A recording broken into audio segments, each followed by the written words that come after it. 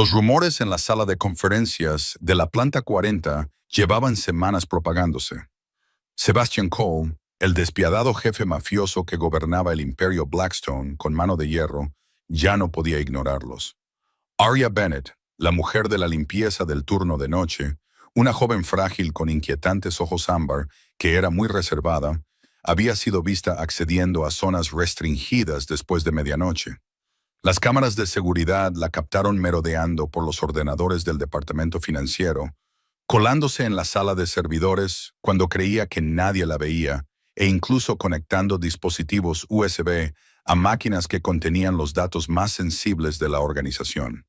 Con la guerra clandestina contra la familia Moretti llegando a un punto crítico y los rumores de un topo dentro de su imperio, Sebastian no podía arriesgarse a una posible traición.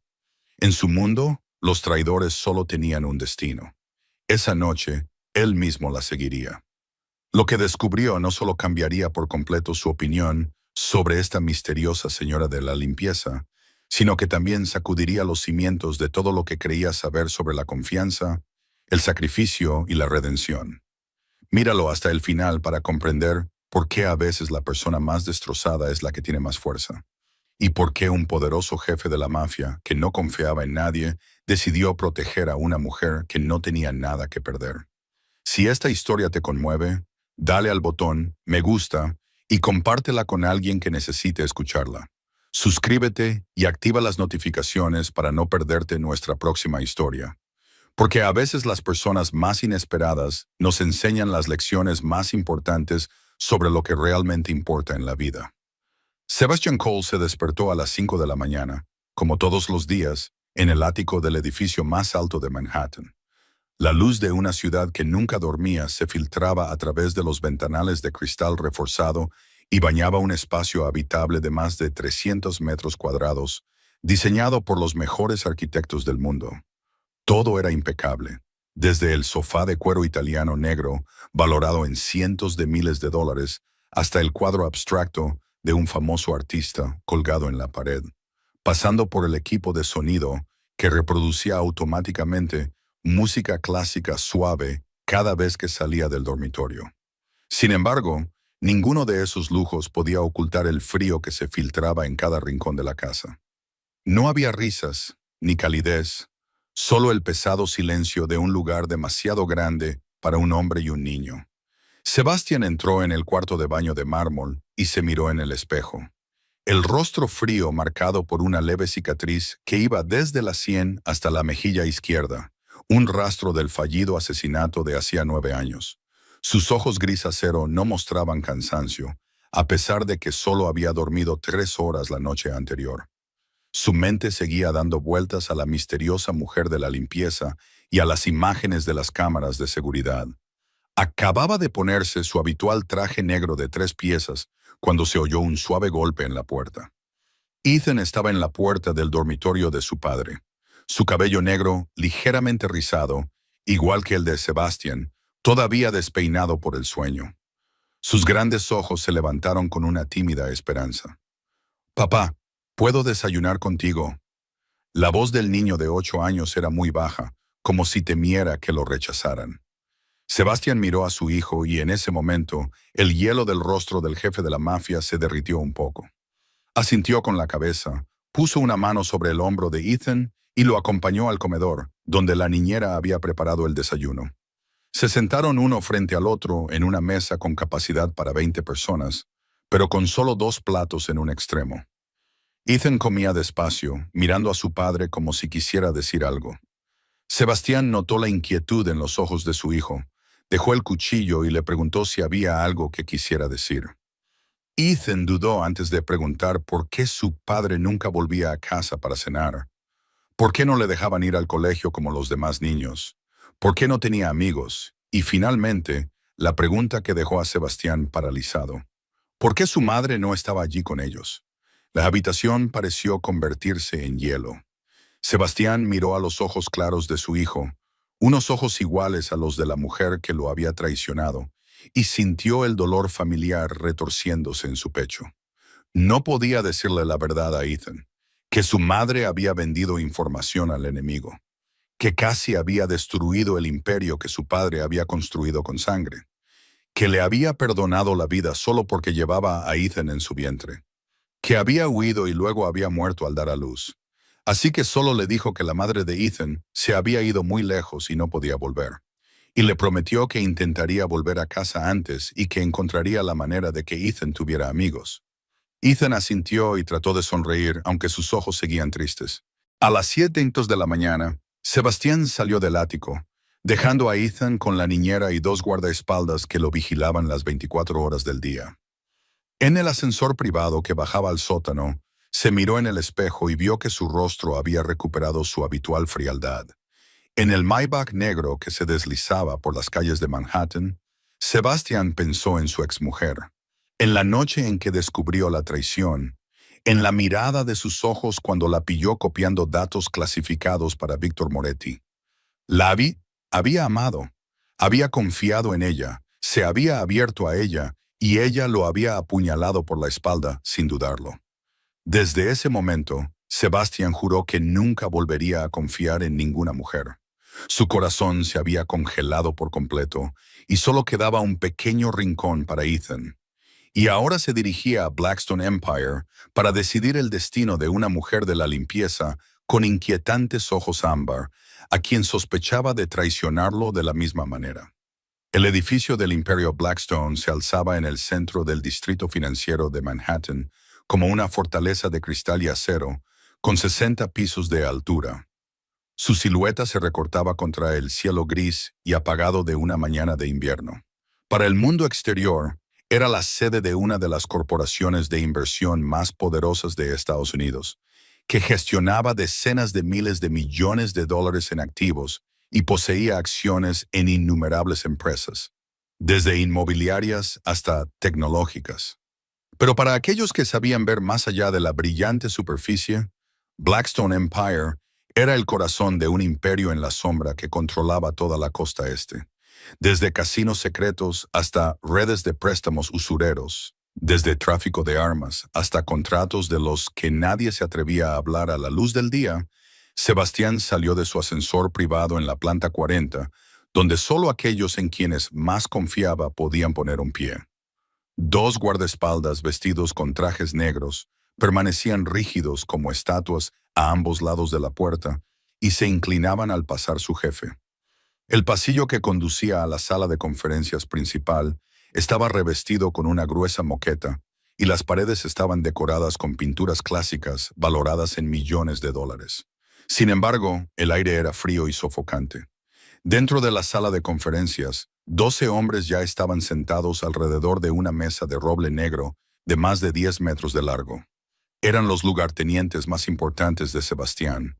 Cada uno de ellos controlaba un sector de su imperio, y cada uno sabía que la lealtad era lo único que lo mantenía con vida. Sebastián ocupó la silla a la cabecera de la mesa sin decir una palabra, y dejó que su mirada recorriera cada rostro. El silencio se prolongó hasta hacerse insoportable. La reunión comenzó con un informe sobre la guerra con la familia Moretti. Víctor Moretti había atacado 2 de las operaciones de Sebastián en el último mes, matando a 4 hombres y robando un cargamento de armas por valor de $2 millones.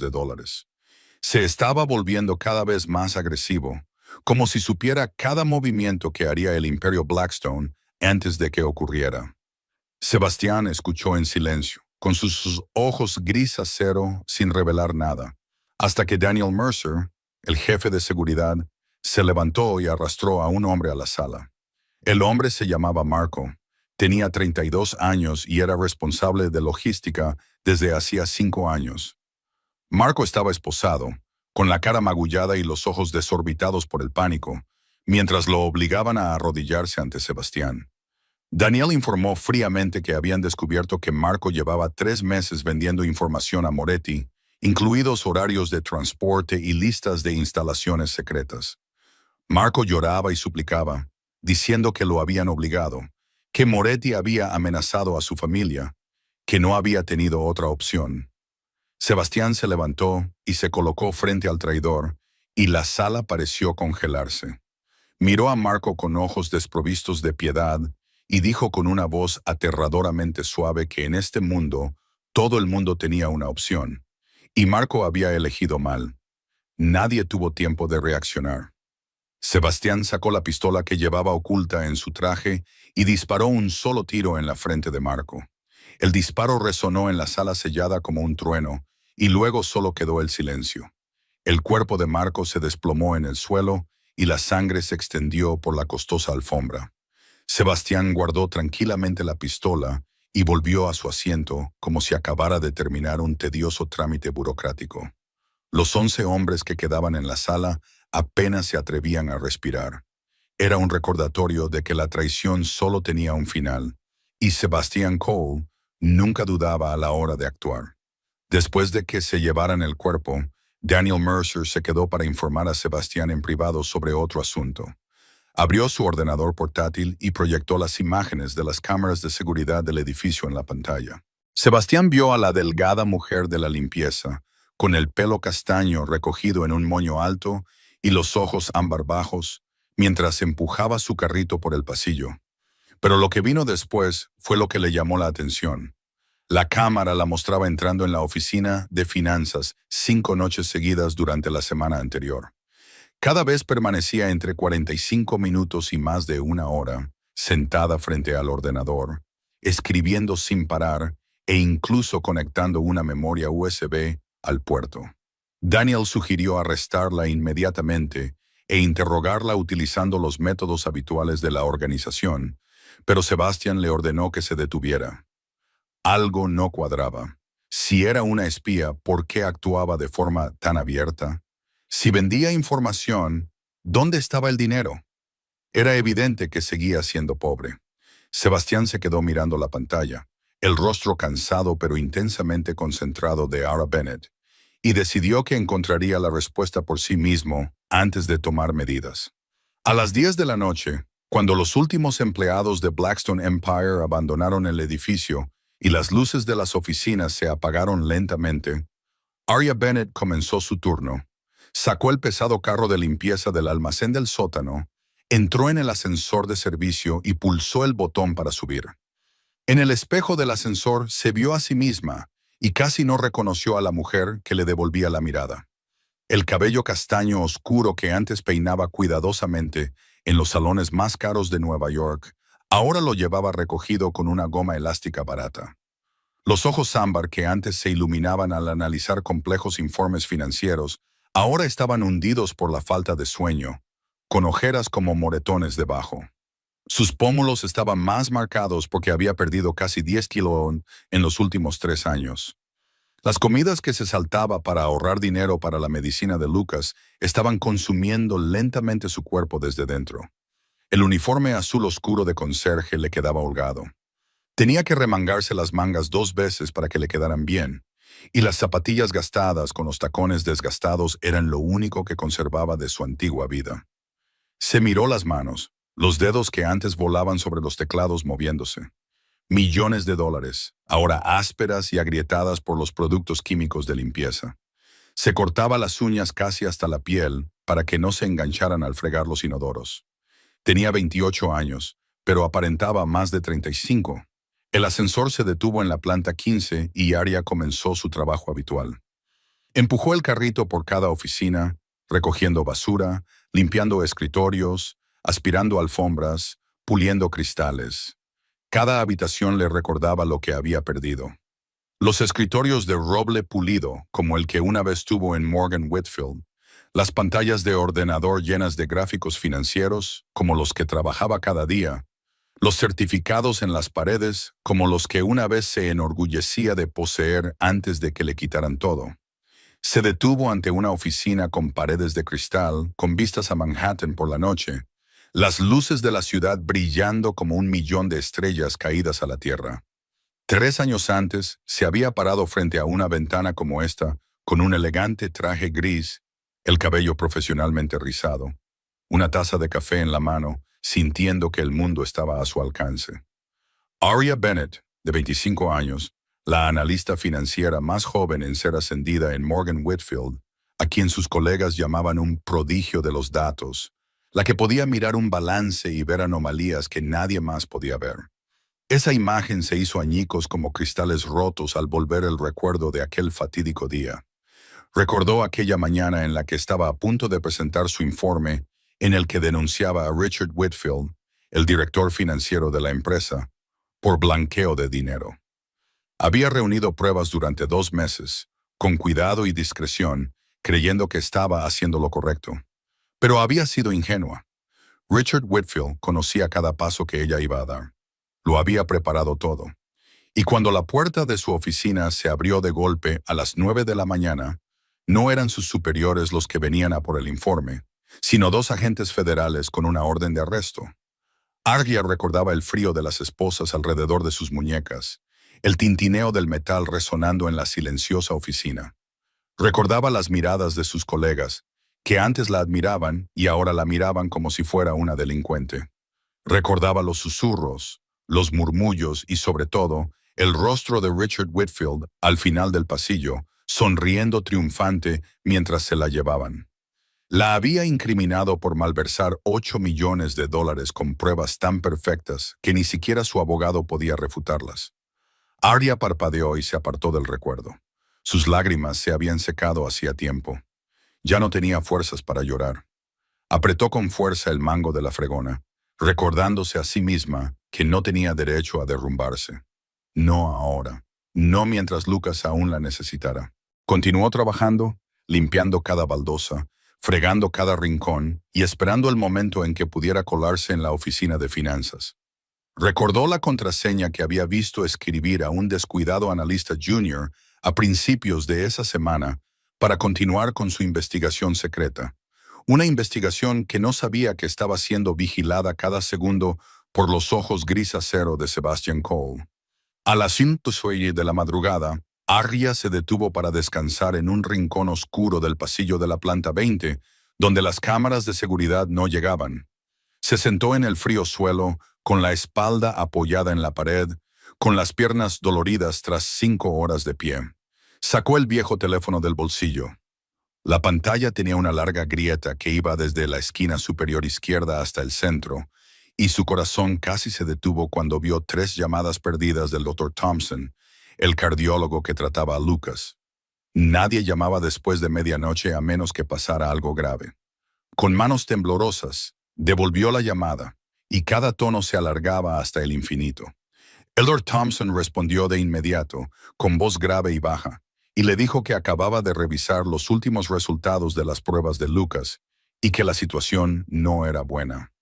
La válvula cardíaca del niño se estaba debilitando más rápido de lo esperado, y si no se le realizaba una cirugía de reemplazo en un plazo de 3 meses, su corazón no aguantaría mucho más. Arya se mordió el labio hasta sangrar y se obligó a mantener la voz firme mientras preguntaba por el coste. La cifra que le dio el doctor Thompson fue como una puñalada en el pecho: $300,000, incluyendo la cirugía, la recuperación, la medicación y el seguimiento a largo plazo. Y como Arya estaba a la espera de juicio por un delito de malversación, ninguna compañía de seguros la aceptaba y ningún programa de asistencia médica le cubría los $300,000. Con un salario de conserje de $12 la hora, tendría que trabajar sin comer ni dormir durante más de 10 años para ganar esa cantidad. Y a Lucas solo le quedaban 3 meses. El Dr. Thompson añadió que lo sentía, que ojalá pudiera hacer más, pero que el hospital tenía sus normas y no podía realizar la cirugía sin una garantía financiera. Arya tragó saliva con dificultad, sintiendo como si estuviera tragando un carbón ardiente. Luego dijo con una calma sorprendente que lo entendía, que encontraría una manera y pidió tiempo. Cuando terminó la llamada, Arya se quedó mirando la pantalla negra del teléfono y la pared que había construido durante 3 años para contenerse. Las lágrimas comenzaron a brotar. Pensó en sus padres, en el accidente de coche de hacía 9 años que se los había llevado en una sola noche. Recordó la llamada de la policía a las 3 de la madrugada. Recordó el llanto de Lucas cuando le dijo que sus padres nunca volverían a casa. Tenía 19 años y acababa de empezar su segundo año de universidad. Y de repente tuvo que convertirse en madre, padre, todo para un niño de 9 años que estaba aterrorizado y afligido. Se tomó un año sabático para estabilizar todo. Trabajó en 3 empleos a la vez para pagar el alquiler y cuidar de Lucas, y luego volvió a las clases nocturnas mientras trabajaba durante el día. Se había graduado como la mejor de su clase, no porque fuera más inteligente que los demás, sino porque no tenía derecho a fracasar. Lucas necesitaba que ella tuviera éxito. Lucas necesitaba que ella fuera fuerte, y ella lo había conseguido hasta que Richard Whitfield lo destruyó todo. Ahora, sentada en un rincón oscuro de un edificio que pertenecía a otra persona, Arya miró sus manos bajo la tenue luz, dedos que una vez habían tecleado para analizar transacciones por valor de millones de dólares, que habían firmado informes capaces de cambiar mercados enteros, y que ahora estaban rojos y agrietados de fregar suelos y retretes. Hacía mucho tiempo que no se pintaba las uñas, y el olor de los productos químicos de limpieza parecía incrustado en cada línea de sus huellas dactilares. Pero Arya no lloraba. Había llorado demasiado en los primeros meses después de su arresto. Lloró hasta que no le quedaron lágrimas. Ahora solo sentía una fría determinación surgiendo en su interior. $300,000, 3 meses, un juicio que podría enviarla a prisión durante 20 años y un hermano muriendo lentamente porque no había dinero para salvarlo. No tenía derecho a rendirse. No tenía derecho a caer. Tenía que seguir luchando. Tenía que encontrar pruebas de su inocencia. Tenía que desenmascarar a Richard Whitfield antes de que destruyera por completo su vida y la de Lucas. Arya se levantó, se secó los ojos, aunque no había derramado ninguna lágrima, y empujó su carro de limpieza hacia el ascensor. Esa noche, después de terminar su trabajo, volvería a colarse en la oficina de finanzas para seguir rastreando el dinero sucio de Richard Whitfield. No sabía que, varios pisos más arriba, Sebastian Cole estaba sentado en la oscuridad de su oficina, observándola en directo a través de las cámaras de seguridad y esperando a ver qué haría a continuación. Sebastian estaba sentado solo en su oficina privada en la planta 40, con la única luz de la habitación procedente de la enorme pantalla de ordenador que tenía delante. Ya eran más de las 2 de la madrugada y Blackstone Empire estaba envuelto en silencio, pero él no tenía intención de irse a casa. En la pantalla, la imagen de Arya Bennett aparecía con gran detalle gracias a las cámaras de alta resolución que había instalado en todo el edificio. La vio empujar el carro de limpieza hacia el ascensor, la vio limpiar cada oficina con movimientos mecánicos. Como una máquina, la vio sentarse en un rincón oscuro del pasillo y mirar fijamente su teléfono. No podía oír la conversación, pero veía cómo se le encogían los hombros, cómo le temblaban las manos alrededor del teléfono, cómo se mordía el labio como si estuviera conteniendo algo. Sebastián rebobinó las imágenes un mes y volvió a ver el comportamiento de Arya noche tras noche una y otra vez. Llevaba horas haciéndolo, analizando cada detalle con la misma concentración que reservaba para sus enemigos más peligrosos. Y cuanto más veía, más sentía que algo no cuadraba en su hipótesis original. Si Arya fuera una espía de Moretti, ¿cómo actuaría?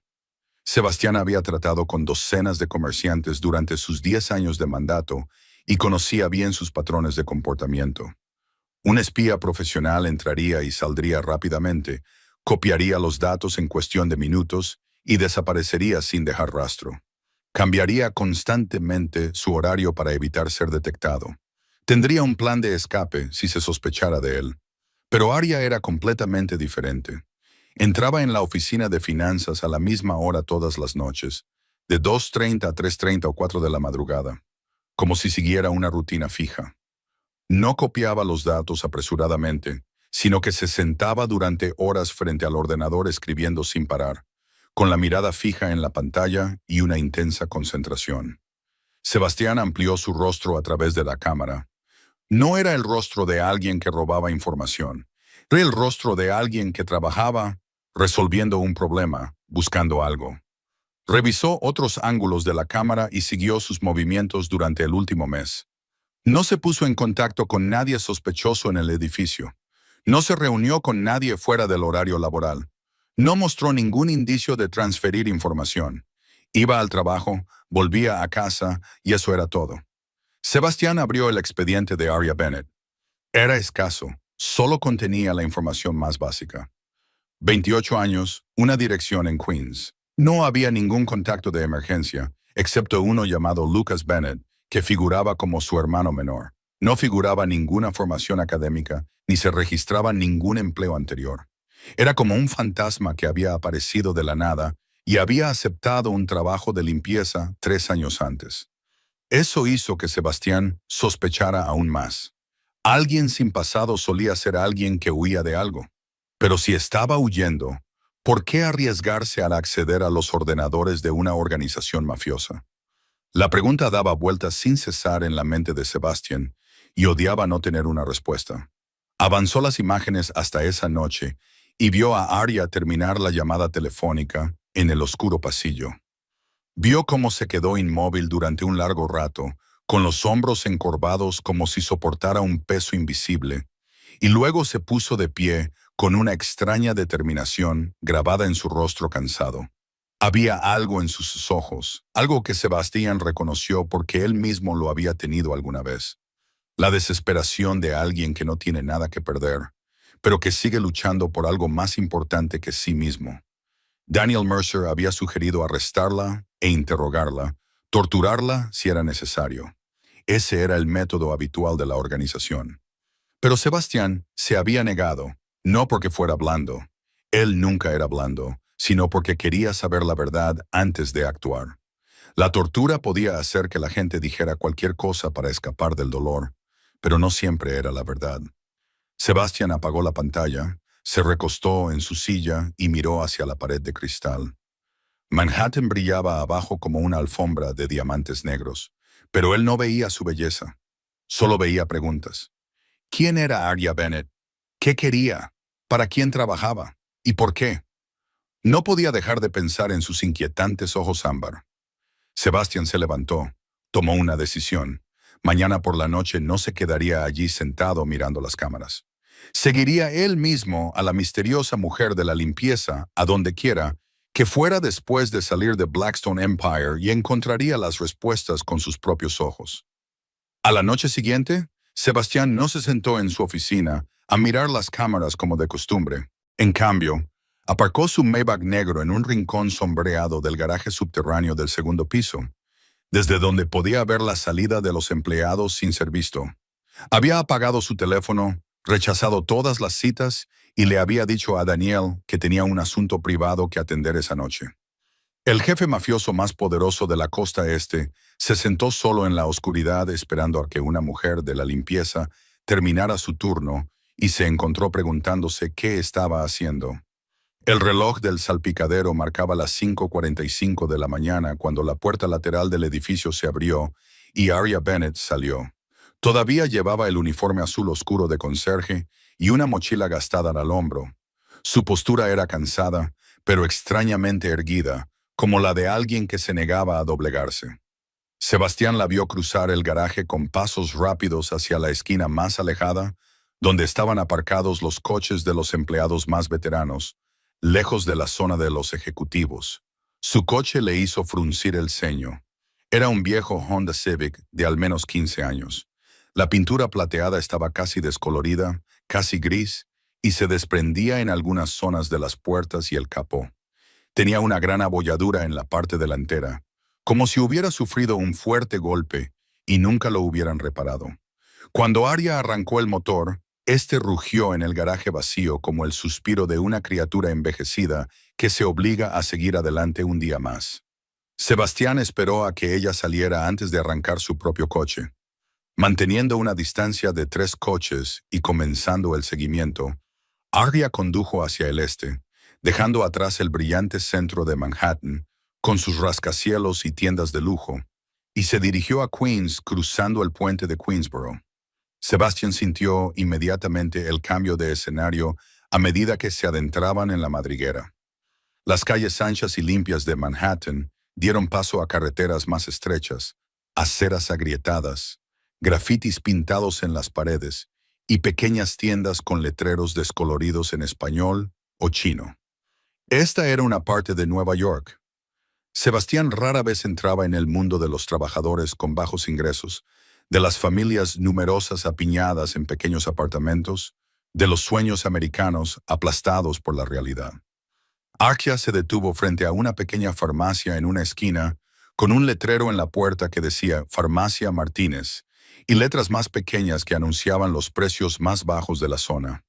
Sebastián aparcó a media manzana de distancia y bajó ligeramente la ventanilla para observar. La mujer de la limpieza entró y, a través del cristal, pudo verla de pie en el mostrador, hablando con el anciano farmacéutico. Pasaron 10 minutos, luego 15. Sebastián se inquietó, incapaz de entender por qué comprar medicamentos llevaba tanto tiempo. Entonces vio algo que le oprimió el pecho de una forma que no esperaba. Arya sacó una pequeña cartera gastada de su bolsillo y la vació sobre el mostrador. No había billetes, solo monedas. Montones de monedas que contó una a una, apilándolas en pequeñas columnas sobre la superficie de cristal, mientras el farmacéutico esperaba pacientemente, como si fuera algo habitual. Sebastián la observó contar y volver a contar. Vio cómo se le tensaban los hombros cuando el total no parecía ser suficiente. La vio buscar de nuevo en su mochila unas cuantas monedas sueltas más. Vio el breve alivio que se dibujó en su rostro cansado cuando por fin tuvo suficiente para recibir la pequeña bolsa de medicinas de las manos del farmacéutico. Ese no era el comportamiento de una espía que ganaba dinero vendiendo secretos. Era el comportamiento de alguien que vivía al día con sus últimas monedas. Sebastián había visto muchas cosas en su vida: muerte, traición, crueldad humana. Pero nunca había visto a alguien contar monedas para comprar medicinas y mantener una postura tan orgullosa y erguida. Ella no mendigaba, no intentaba parecer digna de lástima. Simplemente pagaba lo que necesitaba con lo que tenía. Arya salió de la farmacia con la pequeña bolsa de medicinas como si fuera un tesoro precioso. Volvió a su coche y siguió conduciendo, sin saber que el Maybach negro la seguía silenciosamente y que el hombre que iba dentro ya no la miraba solo con ojos de pura sospecha. Arya no condujo a casa como Sebastian esperaba. En cambio, el viejo Honda Civic se adentró en la zona este de Queens por calles que se volvían más deterioradas a cada manzana, bordeadas de casas de ladrillo rojo construidas en la década de 1940, con ventanas enrejadas y escalones de hormigón agrietados. Sebastián mantuvo una mayor distancia porque su Maybach llamaba demasiado la atención allí, como un diamante perdido entre la grava. Arya se detuvo frente a un viejo edificio de 2 pisos en una esquina. Sus paredes de ladrillo estaban descoloridas por el paso del tiempo. Su toldo de hierro oxidado y un letrero de madera desgastado sobre la puerta decía East Side Community Center en pintura azul descascarillada. Sebastián aparcó a casi una manzana de distancia, donde aún persistían las sombras de la madrugada, y observó a través del parabrisas. Arya salió del coche y lo primero que él notó fue la forma en que se enderezó, abriendo los hombros como si una carga invisible se hubiera desvanecido en el momento en que llegó. Empujó la puerta y entró. A través de las ventanas polvorientas, Sebastián pudo ver un espacio abierto con viejas mesas de madera, sillas de plástico desiguales y una gran pizarra blanca en la pared. Una mujer de mediana edad, con el pelo negro y espeso recogido en un moño, de figura redondeada y sonrisa cálida, salió de detrás del mostrador de recepción para saludar a Arya.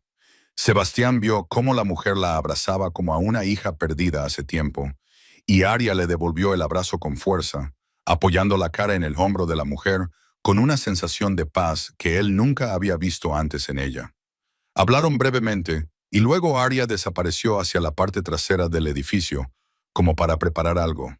Unos 15 minutos más tarde, comenzaron a llegar pequeños grupos de jóvenes, que entraban en el centro con las caras somnolientas de quienes se levantan temprano un sábado por la mañana. Sebastián contó entre 12 y 15, en su mayoría adolescentes de entre 14 y 18 años, vestidos con sencillez, algunos con mochilas, como si se dirigieran al colegio.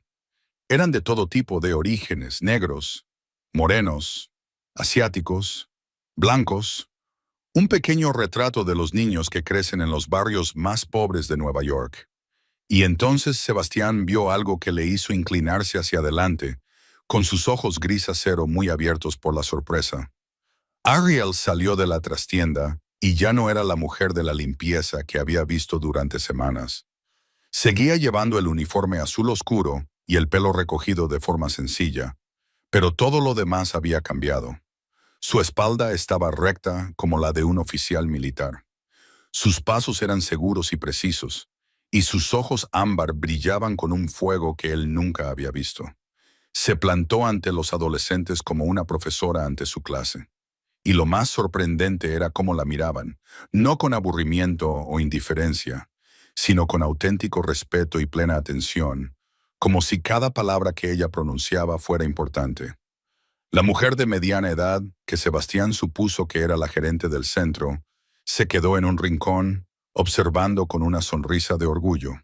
Arya dijo algo, y el grupo estalló en una risa relajada, y luego se sentaron en las mesas dispuestas en forma de U alrededor de la pizarra. Arya tomó un rotulador y comenzó a escribir, y Sebastián se esforzó por leer a través del cristal sucio, viendo solo formas borrosas de números, gráficos y palabras como presupuesto, tipo de interés, inversión, escritas con una letra clara y firme. La mujer de la limpieza del turno de noche estaba enseñando finanzas a adolescentes pobres un sábado por la mañana. Sebastián se quedó inmóvil en el coche, tratando de procesar lo que acababa de ver. Se había preparado para muchas posibilidades. Que se hubiera reunido con un contacto de Moretti, que hubiera pasado información al enemigo, que fuera una espía infiltrada para destruir su imperio. Pero no se había preparado para esto. Una misteriosa mujer de la limpieza que se colaba en la oficina financiera de la mafia por la noche y se levantaba temprano para dar clases gratuitas a niños olvidados. Algo no encajaba en este cuadro, y Sebastián decidió que tenía que investigar más a fondo para encontrar la pieza que faltaba. Sebastián esperó otros 10 minutos, observando los alrededores para asegurarse de que nadie prestaba la atención al lujoso coche aparcado en un lugar inusual en el barrio pobre. Luego salió. Se había quitado la chaqueta y la corbata y solo llevaba una camisa negra con las mangas remangadas, tratando de parecer menos un jefe mafioso y más un hombre corriente. Caminó hasta el centro comunitario, empujó suavemente la puerta principal y entró. La mujer de mediana edad que estaba en la recepción lo miró con curiosidad, pero sin sospechar nada, y le preguntó si podía ayudarlo. Sebastián respondió con calma que había oído que allí se impartían clases gratuitas y quería echar un vistazo. La mujer se presentó como Rosa Martínez, la directora del centro, y sonrió, diciendo que había llegado en el momento adecuado porque la clase de la señorita Bennett acababa de empezar, y le indicó la gran sala al final del pasillo. Sebastián asintió con la cabeza en señal de agradecimiento y siguió sus indicaciones.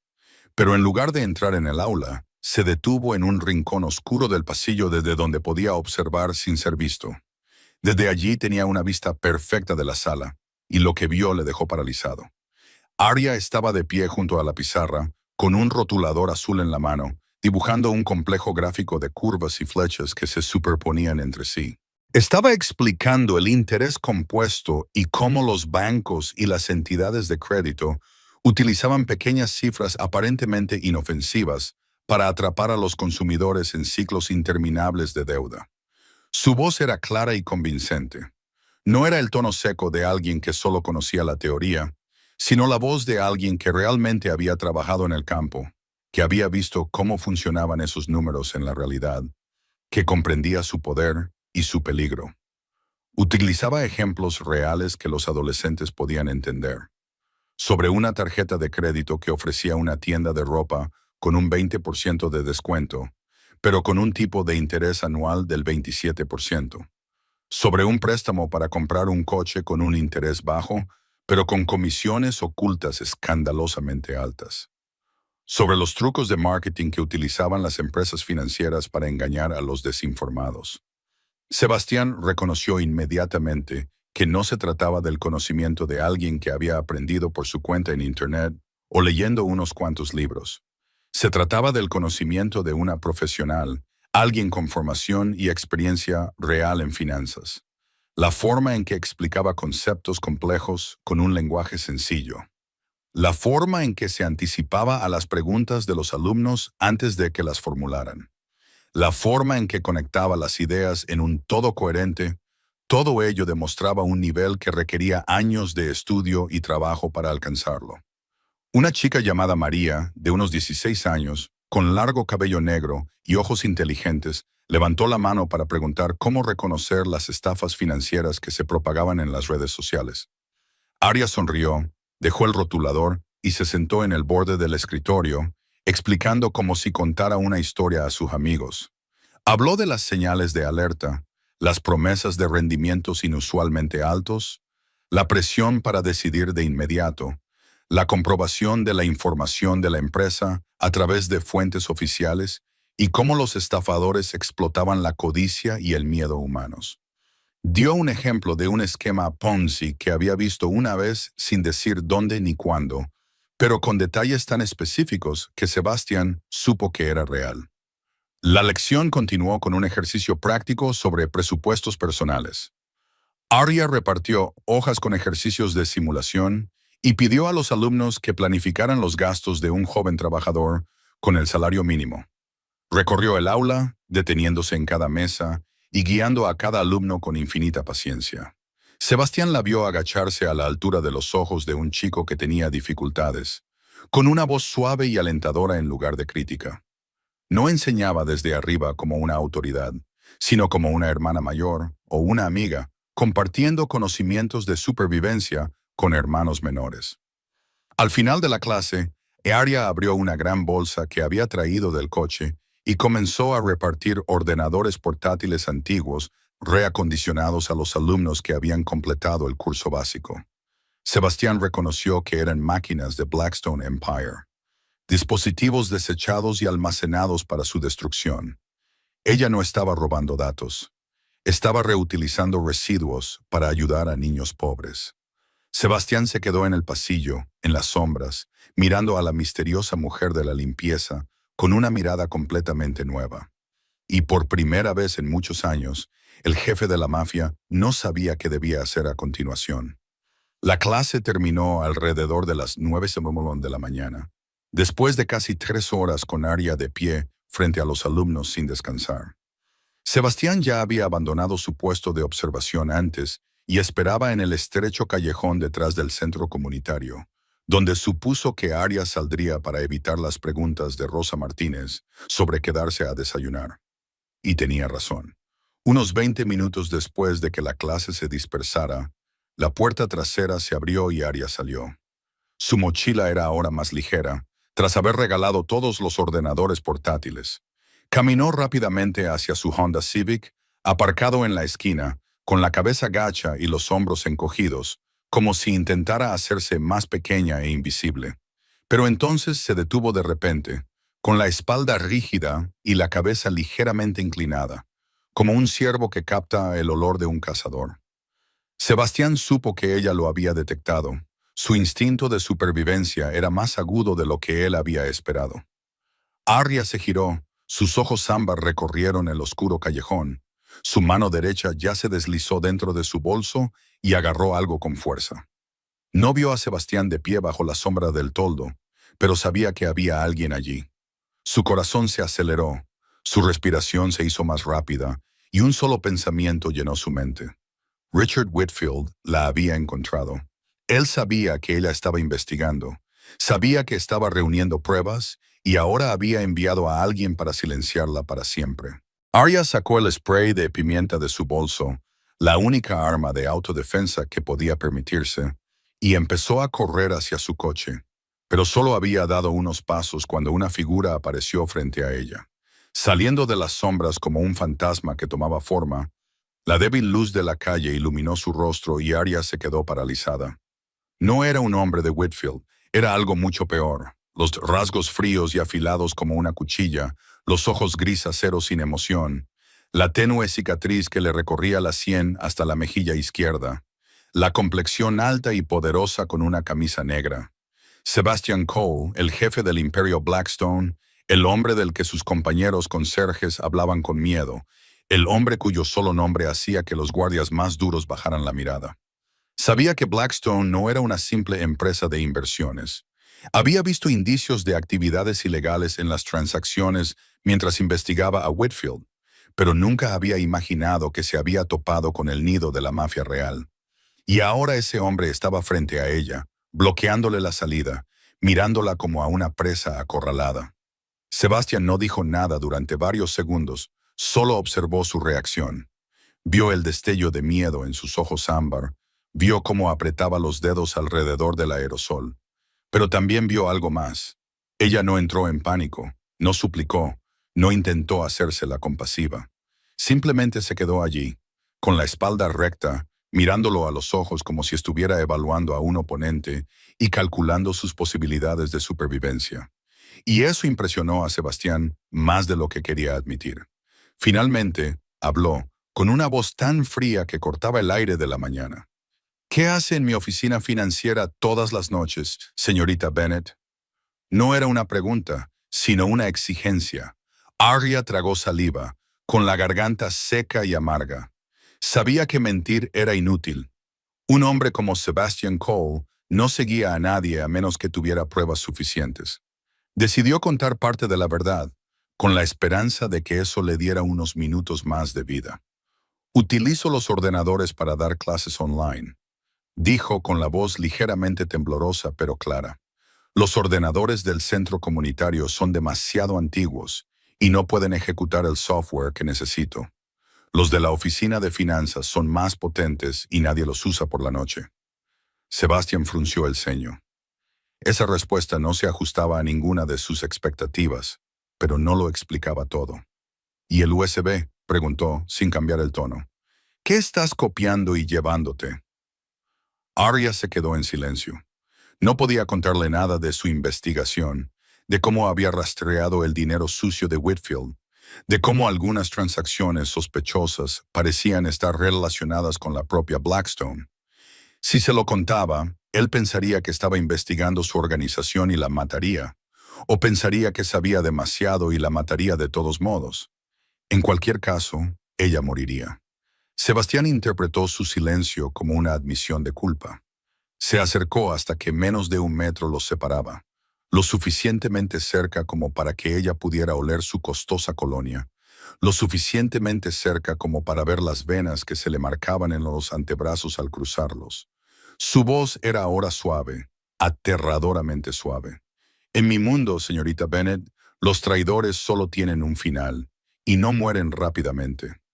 Arya sintió que su sangre se helaba, pero no retrocedió, no suplicó, no lloró.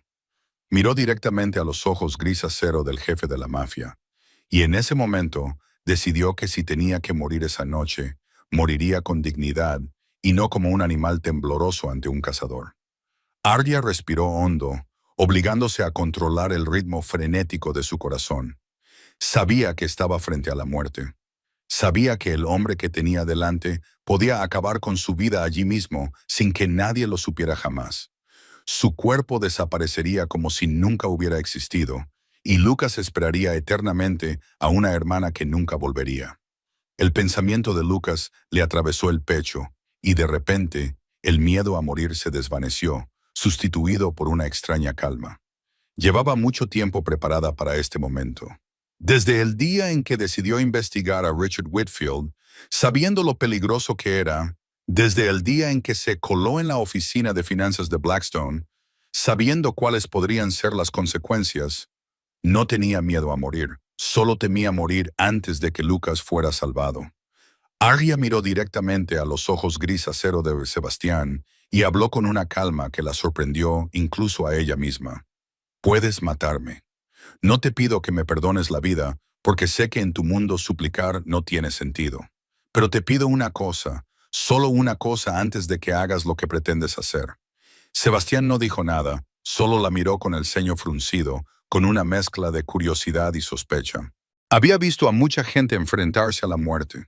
Había oído todo tipo de súplicas, desde sollozos desesperados hasta promesas de lealtad eterna, pero nunca había visto a nadie tan sereno como la delgada chica que tenía delante. Arya continuó, con la voz ligeramente temblorosa, pero cada palabra clara. Mi hermano Lucas tiene 18 años y padece una cardiopatía congénita. Necesita una operación de sustitución de válvula en un plazo de 3 meses o morirá. El coste es de $300,000. No tengo el dinero. Nadie me lo presta. Ningún seguro me acepta. Hizo una pausa, tragó saliva y continuó. Si me mata, Lucas se quedará sin nadie. Mi abuela tiene Alzheimer y no puede cuidar de él. Morirá solo en ese miserable apartamento, sin saber por qué su hermana desapareció de repente. Solo tiene 18 años, señor Cole. Nunca ha hecho daño a nadie. No tiene nada que ver con lo que yo he hecho. Sebastián sintió como si alguien le hubiera dado un puñetazo en el pecho, en el corazón. Ella no estaba suplicando por su propia vida. Estaba negociando con ella, no para sobrevivir, sino para asegurarse de que otra persona lo hiciera. Arya lo miró, con sus ojos ámbar brillando en la penumbra. Te lo ruego, si vas a matarme, asegúrate de que Lucas se someta primero a la operación. O, si lo prefieres, dame 3 meses. Solo 3 meses. Encontraré la manera de conseguir el dinero para mi hermano y después podrás hacerme lo que quieras. No huiré. No iré a la policía. No se lo diré a nadie. Lo juro por la vida de Lucas. Sebastian se quedó inmóvil, con sus ojos grises fijos en ella como si la viera por primera vez. En su mente apareció la imagen de Ethan, su hijo de 8 años con los ojos de su madre, y la rara sonrisa que Sebastián haría cualquier cosa por proteger.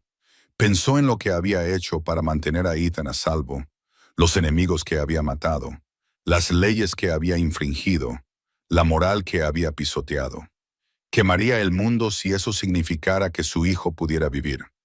Y ahora, ante él, había una mujer dispuesta a hacer lo mismo, no por su hijo, sino por un hermano al que había criado desde que tenía 11 años. No lloraba, no suplicaba, no intentaba parecer digna de lástima. Simplemente se quedaba allí, con la espalda recta, la mirada firme, diciendo la verdad y aceptando las consecuencias. En sus ojos ámbar no había miedo por sí misma, solo una preocupación desesperada por otra persona. Sebastián había visto muchas cosas en su vida, pero nunca a nadie como esta chica. No sabía cuánto tiempo permaneció allí en silencio antes de hablar finalmente.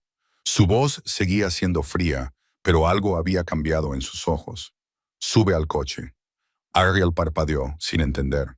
Sebastián repitió, con un tono que no admitía réplica. Sube a mi coche ahora mismo. Ella no sabía qué pretendía, no sabía si eso significaba la vida o la muerte, pero no tenía más remedio que obedecer. El Maybach negro se deslizó por las calles de Queens en un pesado silencio. Arya se sentó en el asiento trasero, rígida, con las manos apretadas sobre el regazo, temerosa de moverse. Sebastián se sentó a su lado, solo unos centímetros los separaban, pero había un muro invisible entre ellos. No dijo nada en todo el trayecto, solo miró por la ventana con una expresión indescifrable, y ese silencio era más aterrador que cualquier amenaza. Ariel no sabía a dónde iban, no sabía qué pretendía hacer él con ella, pero cuando el coche giró por una calle familiar y se detuvo frente al viejo edificio donde ella y Lucas vivían, su corazón pareció detenerse. Él sabía su dirección, ya la había investigado. Sebastián le dijo al conductor que esperara. Salió y la miró con ojos que no admitían rechazo. Llévame a tu apartamento. Quiero ver ese USB. Arya quería protestar. Quería decir que Lucas estaba dentro y que no quería que su hermano la viera con un extraño peligroso, pero sabía que no tenía derecho a negarse. Guió a Sebastián por la oscura escalera, donde la luz llevaba una semana estropeada y nadie la había arreglado, pasando por paredes descascarilladas que olían a humedad hasta el pequeño apartamento al final del pasillo del cuarto piso. Abrió la puerta con manos temblorosas y la empujó, con el corazón encogido mientras Sebastián examinaba su espacio vital. Una pequeña sala de estar y cocina combinadas, un dormitorio, un baño, paredes amarillentas, una mancha de agua en el techo procedente del piso de arriba. Suelos de madera viejos que crujían con cada paso, pero todo estaba limpio y ordenado. Fotos familiares cuidadosamente colocadas en la vieja repisa del televisor. un pequeño jarrón de plástico amarillo en la mesa del comedor, tratando de aportar color al espacio gris. Y en el desgastado sofá de la esquina, Lucas dormía. Sebastián miró al delgado joven de 18 años acurrucado bajo una manta ligera, con el rostro pálido y los labios débiles. Un monitor cardíaco en la mesa junto a él con números parpadeando constantemente. Parecía más joven de lo que era, como si la enfermedad le hubiera robado la vitalidad y el crecimiento que debería haber tenido. En el rostro dormido, Sebastián vio los rasgos de Arya, la misma curva de la nariz, la misma forma de los labios, y no pudo evitar pensar en Ethan, en cómo su propio hijo era pequeño y frágil y también necesitaba protección.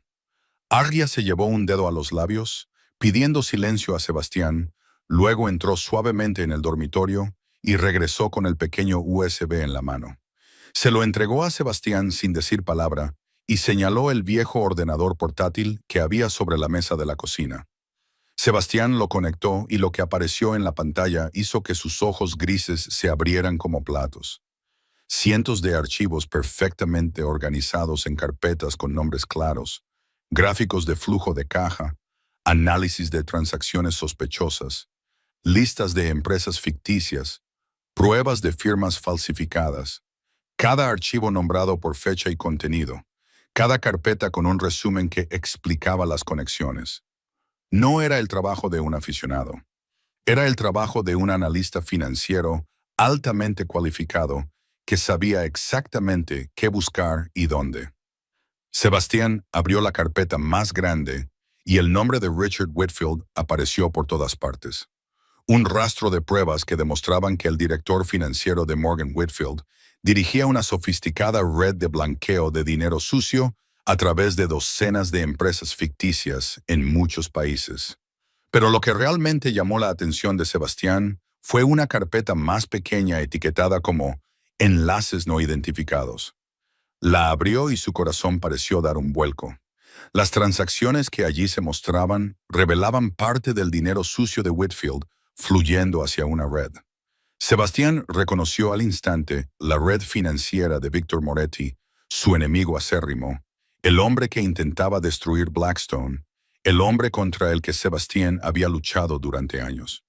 Richard Whitfield estaba blanqueando dinero para Moretti justo bajo las narices de Wall Street, y la delgada mujer de la limpieza que estaba detrás de él lo había descubierto mientras intentaba demostrar su propia inocencia. Sebastián se volvió para mirar a Arya, con los ojos aún penetrantes, pero ya sin amenaza. Ella no lo miraba.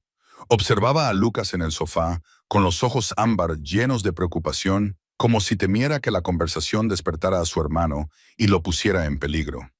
Sebastián se dio cuenta en ese momento de que se había equivocado por completo con ella. No era una espía de Moretti, ni una traidora, solo una mujer desesperada que luchaba sola contra el mundo para salvar a su hermano y limpiar su nombre. Y al hacerlo, sin quererlo, tenía la clave que podía acabar con su mayor enemigo. Volvió a mirar la pantalla del portátil, los números y los gráficos que ella había recopilado durante 3 años, y un plan comenzó a formarse en la mente del jefe de la mafia. Sebastián cerró el portátil y se volvió para mirar a Arya con unos ojos completamente diferentes a los de unas horas antes. Ya no era la mirada de un depredador estudiando a su presa, sino la mirada de alguien que intentaba encajar las piezas de un complejo rompecabezas. Sacó una silla de la pequeña mesa de la cocina, le indicó que se sentara frente a él y le dijo en voz baja, sin tono amenazante, «Cuéntame todo desde el principio». Arya miró a Lucas, que seguía durmiendo en el sofá, dudó durante un largo momento y finalmente se sentó y comenzó a contar la historia que nunca había contado a nadie en su totalidad. Comenzó 9 años antes, cuando ella tenía 19 años y Lucas 9. Sus padres regresaban a casa después de la cena de su 25 aniversario de boda, cuando un camión con los frenos averiados se saltó un semáforo en rojo.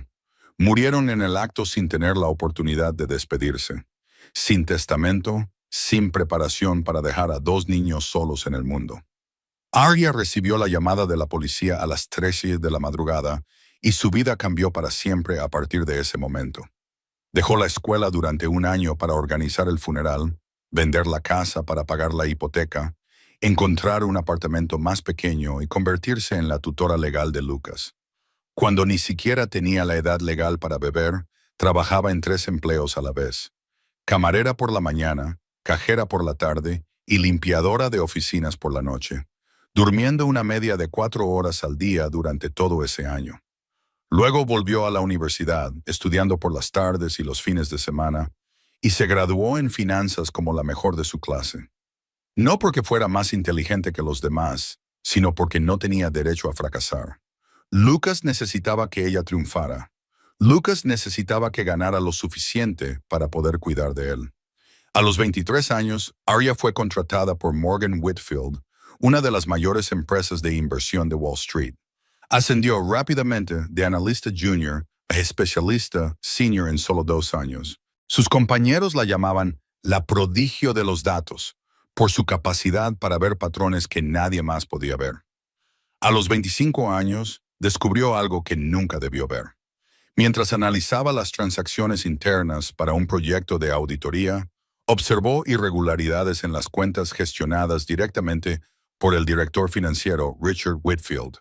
El dinero salía a través de sociedades ficticias en paraísos fiscales. Las cifras se alteraban sutilmente y alguien estaba blanqueando una enorme cantidad de dinero ante las narices de la dirección. Arya creyó ingenuamente que estaba haciendo lo correcto al reunir pruebas para denunciarlo. No sabía que Whitfield tenía ojos y oídos por todas partes. No sabía que la había estado vigilando desde la primera semana en que comenzó a investigar.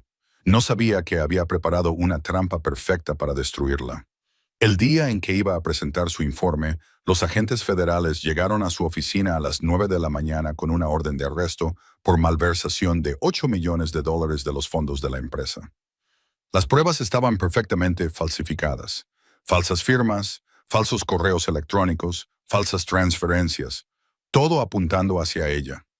Arya recordaba la fría crueldad de las esposas cerrándose sobre sus muñecas, los susurros de los colegas que antes habían sido amigos y ahora la miraban como a una criminal. El paseo por el largo pasillo entre 2 agentes, y al final de ese pasillo, Richard Whitfield, apoyado en la puerta, sonriendo con el triunfo de alguien que acababa de aplastar a una tía que se atrevió a desafiarlo. Los últimos 3 años habían sido un infierno. Arya fue puesta en libertad bajo fianza tras entregar todos sus ahorros. Pero su reputación estaba destruida. Ninguna empresa contrataría a alguien bajo proceso judicial por delitos financieros. Sus amigos desaparecieron. El abogado que contrató se quedó con su dinero y renunció cuando vio lo difícil que era el caso. Vendió todo lo que tenía de valor: su coche, las joyas de su madre, solo para pagar el alquiler y comprar la medicina de Lucas. Finalmente, encontró trabajo como conserje en Blackstone Empire, el único lugar al que no le importaba el pasado de alguien que limpiaba baños, y comenzó de nuevo desde cero, sola por las noches con un viejo ordenador portátil y las habilidades analíticas que nadie podía quitarle. El juicio se había pospuesto muchas veces porque no tenía abogado, pero se celebraría en un plazo de 6 meses. Si perdía, iría a la cárcel durante 20 años. Lucas se quedaría solo.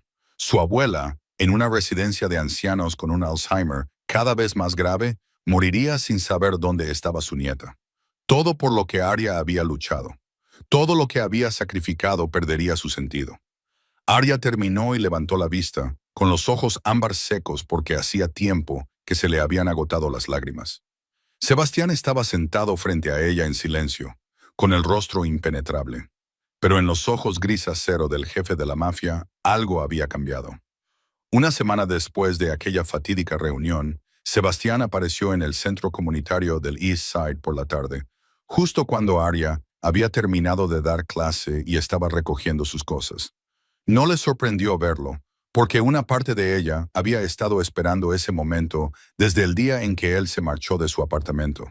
Después de escuchar toda su historia, él no la mató, no la amenazó de nuevo, solo se levantó y se marchó en silencio, dejándola con 1000 preguntas sin respuesta. Durante 7 días había ido a trabajar a Blackstone Empire como de costumbre. Seguía fregando suelos y limpiando baños, pero ya no se atrevía a entrar en la oficina de finanzas, sabiendo que él la observaba y que cada paso que daba quedaba registrado, y sin querer hacer nada que pudiera hacerle cambiar su decisión de dejarla vivir. Sebastián entró en el aula, ahora vacía, cerró la puerta tras de sí y la miró con una expresión que ella no supo descifrar. Dijo que lo había investigado todo y había confirmado que todo lo que ella le había contado era cierto.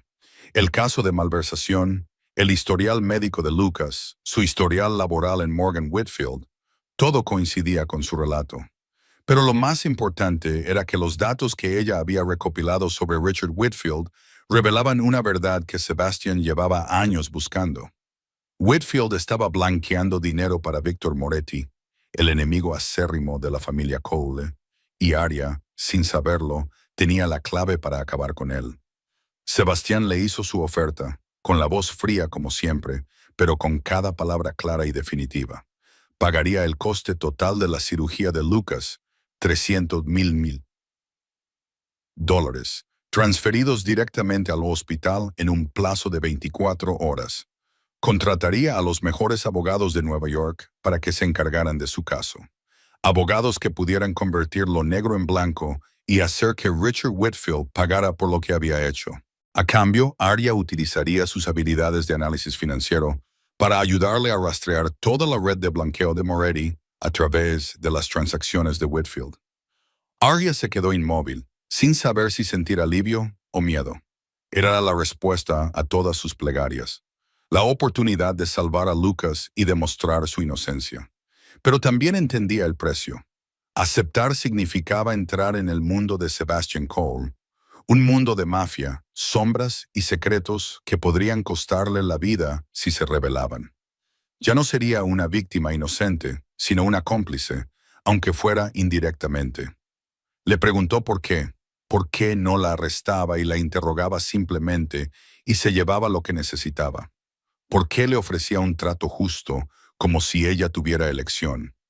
Sebastián la miró durante un largo rato antes de responder, bajando la voz como si hablara más consigo mismo que con ella.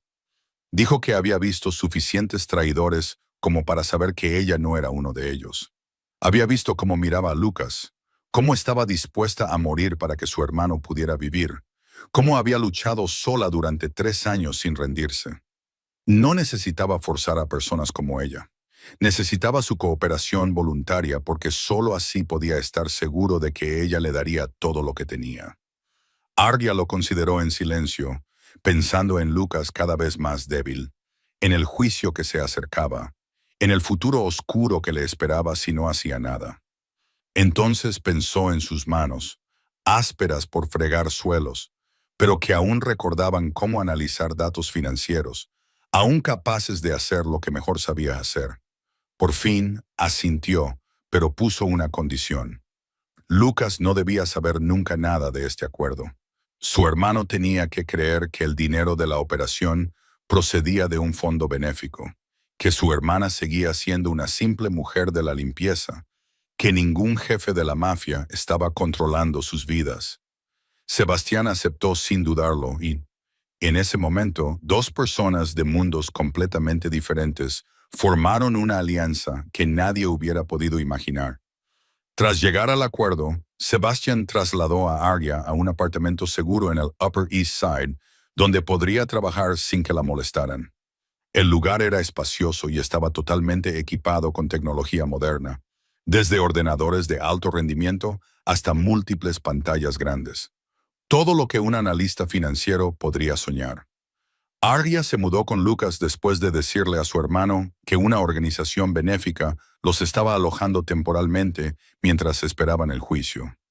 Lucas no hizo muchas preguntas, demasiado enfermo para cuestionar el repentino cambio en sus vidas. Y Arya estaba agradecida por eso, aunque le dolía el corazón cada vez que tenía que mentirle. 2 semanas después de que Arya comenzara a trabajar, una tarde, Sebastián vino al apartamento para ver cómo iban las cosas. Pero esta vez no vino solo.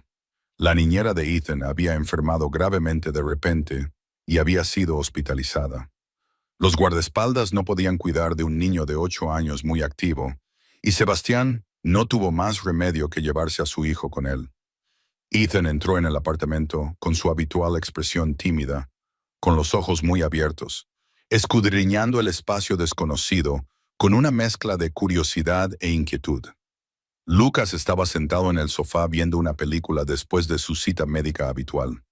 Y cuando el delgado joven de 18 años vio al niño más pequeño de pie en la puerta, ambos se miraron en silencio, como dos ciervos que se encuentran en el bosque. Sebastián estaba a punto de decirle a Ethan que se sentara en silencio en un rincón y no molestara a los adultos que estaban trabajando. Pero antes de que pudiera hablar, Lucas se adelantó y le preguntó a Ethan si le gustaba jugar a los videojuegos.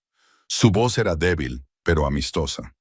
Ethan miró a su padre en busca de permiso, y cuando Sebastián asintió, el chico corrió a sentarse junto a Lucas con un entusiasmo que Sebastián rara vez veía en su hijo. Los dos chicos empezaron a jugar a videojuegos en la PlayStation que había en el apartamento, y bueno, en 15 minutos, la distancia entre ellos había desaparecido por completo.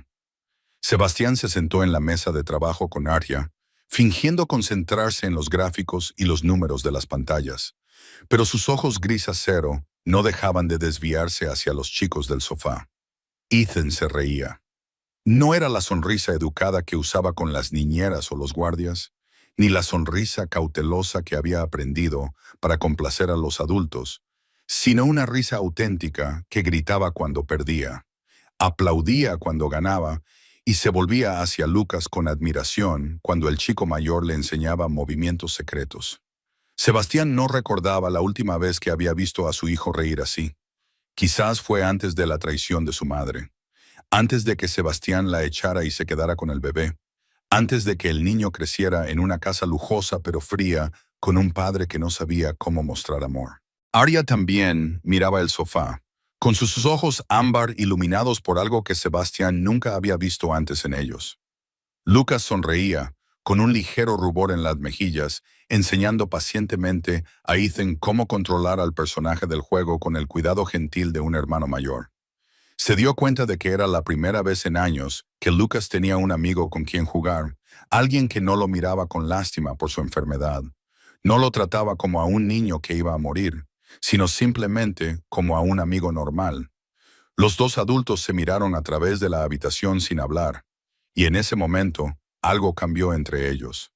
Ya no eran solo un jefe de la mafia y un conserje obligados a cooperar, sino dos padres que veían a sus hijos encontrar la alegría en una simple amistad. Sebastián fue el primero en apartar la mirada, y su expresión volvió a ser la fría de siempre. Pero Arya ya había visto un destello de algo en sus ojos gris acero, una calidez que sospechaba que ni siquiera él sabía que aún podía sentir. Las semanas siguientes trajeron cambios que Sebastián no había previsto, no en la investigación ni en la guerra con Moretti, sino en su interior. Empezó a buscar razones para acudir al apartamento seguro más a menudo de lo necesario, diciéndose a sí mismo que necesitaba comprobar los progresos, asegurarse de que Arya no hacía nada sospechoso, revisar los últimos informes. Pero en el fondo sabía que eran excusas que inventaba para justificar el hecho de estar donde ella estaba. Solía acudir por las tardes, después de terminar su trabajo en Blackstone Empire. Llevaba a Ethan con la excusa de que el niño necesitaba un compañero de juegos. Ethan y Lucas se habían vuelto inseparables. Dos niños solitarios que finalmente se habían encontrado en una amistad pura, ajena a la oscuridad del mundo adulto. Mientras los niños jugaban en el sofá, Sebastián se sentaba en el escritorio y observaba a Arya. Ella trabajaba con tal concentración que se olvidaba del mundo que la rodeaba. Sus ojos ámbar fijos en la pantalla, sus dedos volando sobre el teclado a una velocidad asombrosa, frunciendo el ceño cada vez que un número no cuadraba. Sebastián había contratado a docenas de expertos financieros con títulos de las universidades más prestigiosas, pero ninguno de ellos podía analizar con tanta rapidez y precisión como la delgada mujer de la limpieza que tenía delante. Se encontró admirando su inteligencia, la forma en que conectaba piezas aparentemente inconexas en un todo coherente, la forma en que explicaba ideas complejas con un lenguaje sencillo cuando él le preguntaba por su trabajo. Pero no era solo su mente. Sebastián también observaba cómo trataba a Lucas, cómo se levantaba cada hora para ver cómo estaba, incluso cuando estaba ocupada, cómo cocinaba comidas sencillas pero nutritivas, cómo sonreía a Lucas con una dulzura que no mostraba a nadie más. Él veía su agotamiento sin que ella se quejara, su preocupación oculta tras la calma por el bien de su hermano. Cómo llevaba el peso del mundo sobre sus delgados hombros sin una sola palabra de autocompasión. Era diferente a todas las mujeres que había conocido. No le halagaba para ganarse su favor. No se acobardaba por miedo. No intentaba seducirlo para obtener ventajas. Simplemente hacía su trabajo, cuidaba de su hermano y lo trataba con el respeto mesurado de alguien que honra un acuerdo. Esa pureza le hacía querer acercarse más y alejarse más al mismo tiempo. Una noche, Sebastián fue a buscar el último informe y vio algo que le encogió el corazón. Arya se había quedado dormida en el escritorio, con la cabeza apoyada en el brazo, la pantalla del ordenador aún iluminada con gráficos sin terminar. A su lado, una taza de café frío y un plato de pan a medio comer. Miró su rostro dormido, las ojeras bajo sus ojos, las líneas de cansancio que aún conservaban la gracia, y se dio cuenta de que llevaba mucho tiempo sin dormir lo suficiente, quizás desde años antes de que él la conociera. Sebastián se quedó allí de pie durante un largo rato, sin saber qué hacer. Entonces hizo algo que no había planeado. Se acercó al armario, sacó una manta fina y se la colocó con delicadeza sobre los hombros. La observó durante unos segundos más, levantando inconscientemente la mano, como para apartarle un mechón de pelo de la cara, pero se detuvo a mitad de camino y se retiró. Salió del apartamento en silencio, pero durante todo el camino de vuelta a su ático no pudo dejar de pensar en ella, en sus ojos ámbar cerrados por el sueño, en su respiración suave y regular, en la extraña sensación que se extendía por su pecho. Una sensación que había jurado no volver a permitirse después de la traición de su exmujer. Richard Whitfield estaba sentado en su lujosa oficina de Morgan Whitfield, mirando el informe del investigador privado que había contratado para seguir a Arya Bennett durante 3 años. El informe revelaba algo alarmante. Ella había desaparecido de su antiguo apartamento en Queens hacía casi 2 meses. Ya no trabajaba en el turno de noche en Blackstone Empire y nadie sabía dónde estaba. Whitfield no era tonto. Sabía que Arya lo había estado investigando incluso antes de que él la incriminara. Y la había mantenido bajo vigilancia durante 3 años para asegurarse de que nunca pudiera darle la vuelta a la tortilla. Pero ahora había desaparecido como el vapor, y eso solo podía significar que había encontrado protección en alguien lo suficientemente poderoso como para ocultarla de él. Whitfield cogió el teléfono y llamó a Victor Moretti, el socio silencioso para el que había estado blanqueando dinero durante años. Le informó de la situación y le pidió a Moretti que encontrara a Arya porque, si ella tenía suficientes pruebas sobre la red de blanqueo, ambos caerían. Moretti escuchó en silencio y luego dijo fríamente que se encargaría de ello. 2 días después, la gente de Moretti encontró a Arya en la residencia de ancianos Sunshine, donde vivía su abuela.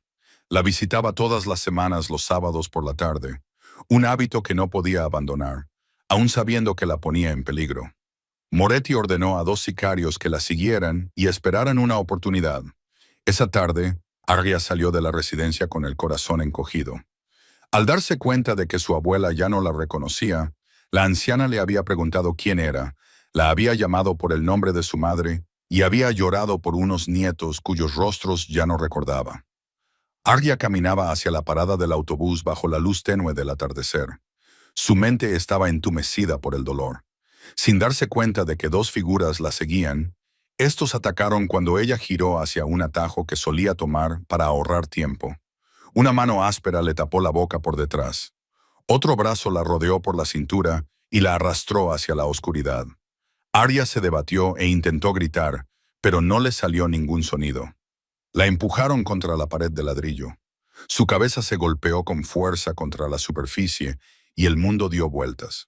Uno de los hombres la agarró del pelo, le echó la cabeza hacia atrás y le dijo fríamente que el señor Moretti le enviaba saludos, que se había entrometido donde no debía y que ahora lo pagaría.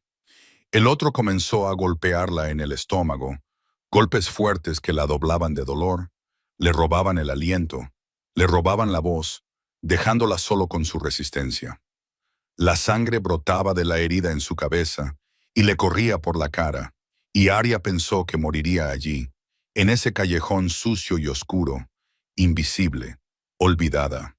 Y Lucas esperaría eternamente a una hermana que nunca volvería. Pero la muerte no llegó. En su lugar, una figura apareció en la entrada del callejón, moviéndose rápido como un fantasma en la noche. Sebastián no dijo nada, no dio ninguna advertencia, no dio tiempo a reaccionar.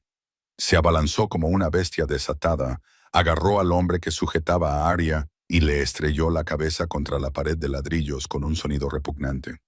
El otro sacó un cuchillo, pero Sebastián fue más rápido. Bloqueó la hoja con su brazo izquierdo, ignorando el profundo corte por el que brotaba sangre, y con su mano derecha ya había desenfundado su pistola. Dos disparos resonaron en la noche, agudos y despiadados, y ambos sicarios cayeron inmóviles al suelo. Sebastián se quedó de pie entre los cadáveres, respirando con dificultad, con la camisa blanca empapada de sangre y los ojos gris acero aún ardiendo de ira incontenible. Arya se sentó temblando contra la pared, mirándolo conmocionada. Había visto al verdadero monstruo que era Sebastian Cole. Lo había visto matar sin pestañear, sin dudar, sin remordimientos. Sin embargo, lo que la hacía temblar no era el miedo a su brutalidad, sino darse cuenta de que había matado para salvarla, que había recibido heridas para protegerla, que había estado allí cuando más lo necesitaba. Sebastián se arrodilló a su lado y la miró a los ojos, con la voz ligeramente temblorosa, y le preguntó si estaba bien, con una preocupación genuina que ella nunca había oído en la voz del jefe de la mafia. Arya no pudo responder. Solo lo miró, y las lágrimas comenzaron a correr por sus mejillas, mezclándose con la sangre de la herida de la cabeza. Sebastián llevó a Arya a un hospital clandestino. La organización solía tratar a los miembros heridos sin informar a las autoridades, en unas instalaciones clandestinas situadas bajo el sótano de una clínica privada de Brooklyn, equipadas como una auténtica sala de urgencias con médicos y enfermeras que habían jurado guardar silencio. Arya fue atendida de inmediato. La herida de la cabeza necesitaba 7 puntos de sutura. Tenía las costillas muy magulladas, aunque afortunadamente no rotas, y le estaban saliendo moratones de color púrpura oscuro por todo el cuerpo. El médico dijo que necesitaba al menos una semana de descanso, sin trabajo ni estrés, solo dormir y dejar que su cuerpo se curara. Sebastián asintió. Ordenó a Daniel que duplicara la seguridad alrededor de las instalaciones, luego acercó una silla a la cama de Arya y se sentó. Daniel lo miró con sorpresa y le dijo que otros podían quedarse vigilando y que Sebastián debería irse a casa y curarse la herida de su propio brazo. Pero Sebastián le lanzó una mirada fría que hizo que el leal hombre se inclinara y se marchara sin decir nada más. Esa noche, Sebastián se sentó junto a la cama de Arya durante horas, observando su rostro en el sueño inducido por el dolor, con las mejillas hinchadas y magulladas, los labios agrietados y la cabeza vendada con vendas blancas manchadas de sangre seca. Sin embargo, incluso así, tenía una frágil belleza que cautivaba su mirada. La observó y sintió una oleada de ira en su pecho, no hacia ella, sino hacia sí mismo por no haberla protegido mejor, y hacia Moretti y Whitfield por atreverse a tocar a alguien que era suyo. Y ese pensamiento lo sorprendió. ¿Quién era ella para él? Una socia comercial, una herramienta para destruir a un enemigo, una mujer de la limpieza a la que había salvado por casualidad. Y, sin embargo, si eso era todo, ¿por qué estaba sentado allí toda la noche en lugar de dejarlo en manos de sus hombres? ¿Por qué sintió como si le hubieran clavado un cuchillo en el pecho cuando la vio golpeada en el callejón? ¿Por qué había matado a esos 2 hombres con una brutalidad mucho mayor de la necesaria, como si hubieran violado algo sagrado para él?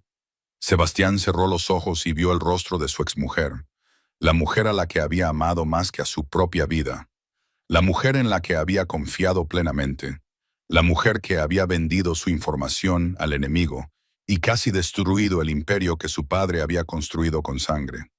Desde ese día, había jurado no volver a confiar en ninguna mujer, no volver a ser débil por nadie más que por Ethan. Su corazón se había congelado y creía que permanecería así hasta su muerte. Y entonces apareció Arya, con sus ojos ámbar llenos de orgullo y dolor, con un coraje que no suplicaba ante la muerte, con un amor incondicional por un hermano enfermo, con la pureza de alguien traicionado por el mundo, pero que no se había vuelto amargado. No se parecía en nada a su antigua esposa. No quería nada de él, solo una oportunidad justa. No seducía ni manipulaba. Simplemente era ella misma, y eso era más peligroso que cualquier plan. Arya se movió en su sueño, moviendo los labios como si pronunciara un nombre. Y sin pensarlo, Sebastián se inclinó y tomó su pequeña mano entre las suyas. No sabía lo que estaba haciendo ni lo que quería. Solo sabía que en ese momento no podía dejarla sola. 2 semanas después del ataque, Arya se había recuperado lo suficiente como para ponerse de pie y volver a caminar. Aunque los moretones aún marcaban su cuerpo como silenciosos recordatorios de aquella terrible noche, no tenía tiempo para pensar en sí misma porque había llegado el día de la cirugía de Lucas y el Dr. Thompson había organizado la operación en el Mount Sinai Hospital, uno de los principales centros cardíacos de Nueva York, con el mejor equipo quirúrgico que el dinero podía conseguir. Y Sebastian se había asegurado de que, aunque nunca se lo había dicho directamente, esa mañana Arya llevara a Lucas al hospital a las 6 de la mañana para prepararse para la operación programada para las 8 horas, y Lucas yacía en la cama del hospital, delgado y pálido, con su bata azul claro. Sin embargo, él le sonrió a su hermana con la sonrisa valiente que había aprendido a lo largo de los años, diciéndole que no se preocupara, que estaría bien, que cuando despertara quería pizza, porque no había comido nada desde la noche anterior. Arya intentó devolverle la sonrisa, pero sus labios temblaban. Y cuando las enfermeras llevaron a Lucas en silla de ruedas hacia el quirófano, tuvo que agarrarse a la pared para no desplomarse. Y la sala de espera era fría, con sillas de plástico duro y una luz fluorescente desagradable. Y Arya se sentó sola en un rincón, con las manos apretadas, mirando fijamente la puerta del quirófano como si pudiera ver a través de ella a su hermano. Y pasó 1 hora, luego 2, luego 3, y cada minuto parecía una eternidad, y sentía que se moría lentamente dentro de la sala de espera. Y no se dio cuenta de cuándo llegó Sebastián. Solo se percató de que había alguien sentado a su lado. Y cuando se giró, vio los familiares ojos gris acero, y él no dijo nada. No dio explicaciones, no preguntó, solo se sentó allí, con el brazo casi tocando el de ella, su presencia como una piedra sólida en medio de la tormenta que se desataba en su interior. Y ella quiso preguntarle por qué había venido, decirle que no hacía falta que estuviera allí, pero no podía hablar, y solo lo miró, luego volvió a mirar hacia la puerta, y de alguna manera su presencia suavizó un poco su miedo. Pasaron 4 horas, luego 5, luego 6, y durante la 6ª hora Ethan llegó con su niñera. El niño se apresuró a ir hacia su padre, ansioso, preguntándole si Lucas estaba bien, cuándo saldría, si su amigo estaría bien, y Sebastián le puso la mano en la cabeza y le dijo que Lucas estaría bien, que los mejores médicos lo estaban atendiendo. Y Arya los observó y vio a un Sebastián diferente, no al frío y despiadado jefe de la mafia, sino a un padre que intentaba calmar a su hijo con toda la ternura que poseía. Y pasaron 7 horas, luego comieron y, finalmente, se abrió la puerta del quirófano y salió el Dr. Thompson, todavía húmedo por el sudor, y Arya se levantó de un salto, con las piernas temblando tanto que casi se cae. Pero una mano firme la agarró del brazo y Sebastián se colocó a su lado, sosteniéndola mientras el médico se acercaba. El Dr. Thompson sonrió, la primera sonrisa auténtica que ella le había visto nunca, y dijo que la operación había sido un éxito, que la nueva válvula se había colocado perfectamente, que Lucas estaba en recuperación y que todos los signos vitales eran estables, que necesitaría tiempo para recuperarse, pero que creía que el niño llevaría una vida normal y saludable. Arya escuchó las palabras, pero no pudo asimilarlas. éxito, salud, vida normal. Palabras con las que había soñado durante años. Palabras que pensaba que nunca escucharía y que ahora resonaban ante ella como un milagro. Y entonces, el muro que había construido durante 3 años finalmente se derrumbó. Las lágrimas brotaron incontrolablemente. Sus hombros temblaban con los sollozos. Y antes de darse cuenta de lo que estaba haciendo, se volvió y abrazó a Sebastián, hundiendo el rostro en su pecho y llorando como nunca se le había permitido llorar, liberando 3 años de dolor, miedo y desesperación. Sebastián se quedó paralizado al principio, con el cuerpo tenso. Luego, lentamente, muy lentamente, levantó los brazos y la rodeó con ellos, abrazándola mientras ella lloraba. Y Daniel se quedó al final del pasillo observando.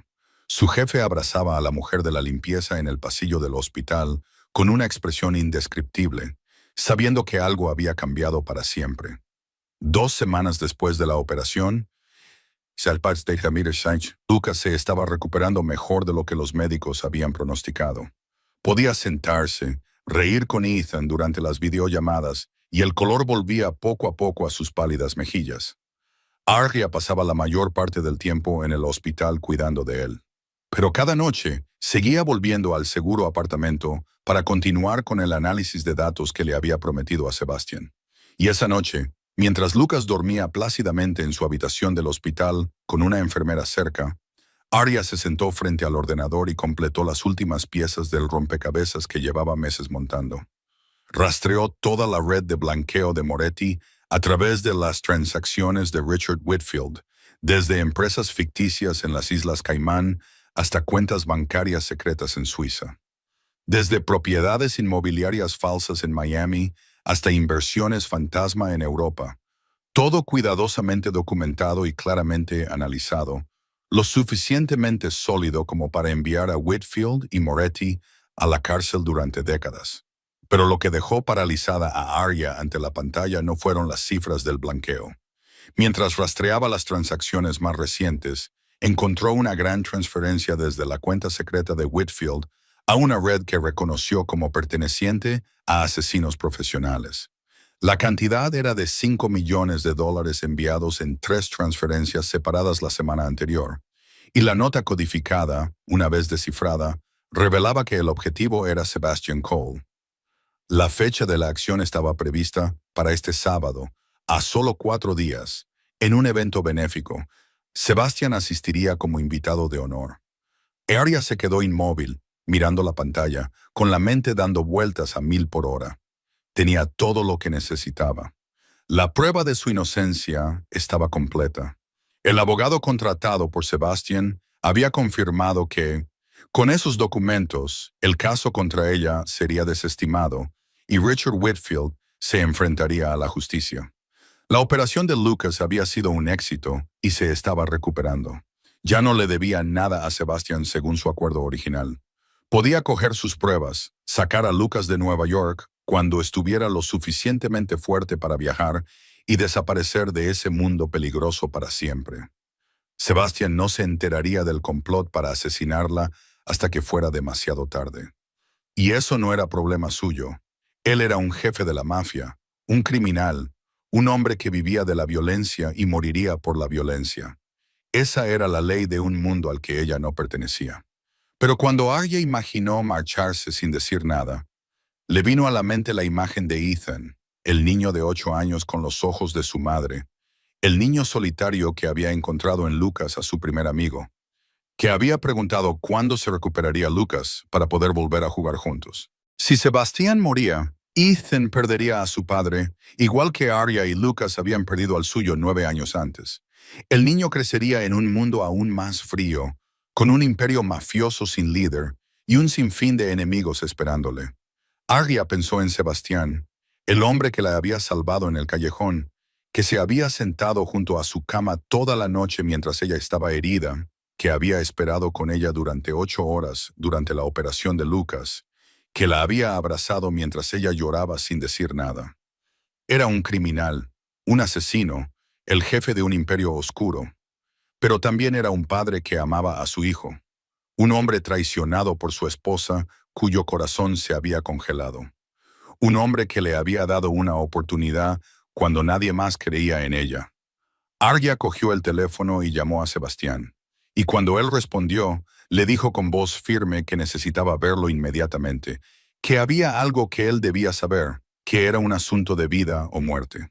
Y Sebastián le preguntó si estaba bien. Su voz transmitía la preocupación que ella había aprendido a reconocer. Y Arya dijo, no era ella, era él. Él estaba en peligro. Sebastián escuchó a Arya contar todo lo que había descubierto sin cambiar de expresión. Pero el gris acero de sus ojos se oscureció como el cielo antes de una tormenta. Y cuando ella terminó, él solo le preguntó una cosa. ¿Por qué se lo había contado en lugar de marcharse una vez que ya tenía todo lo que necesitaba?